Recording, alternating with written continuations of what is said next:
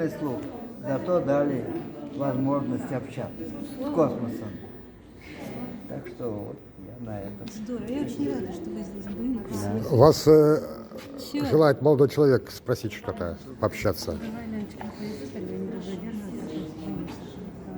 У меня вопрос профессиональный направлен. Я педагог математики, информатики. И замечаю такую тенденцию, что дети начинают хуже и хуже воспринимать материал с каждым годом. И ваше предложение по поводу музыкального образования, я считаю, что абсолютно точно. И вот как раз таки вопрос по профессиональной деятельности.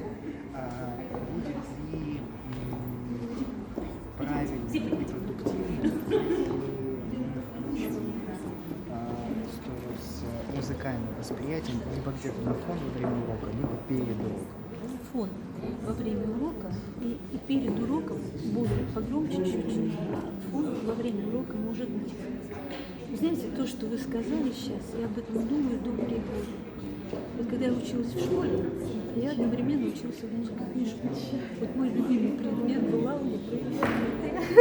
В отличие от многих. А почему ты не снимаешь, а другая девушка? Где ты не снимаешь? Вы знаете что?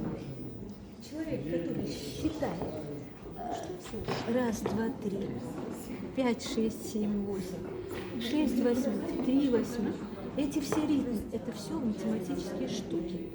Понимаете, видишь цифру, и надо сыграть аккорд, который вот на этой ноте, по счету она такая. Их всего 7. Узнаешь 7, считаешь до 7, но люди, которые занимаются музыкой профессионально, Подойди ближе. уже исследовано, что те, кто занимается музыкой,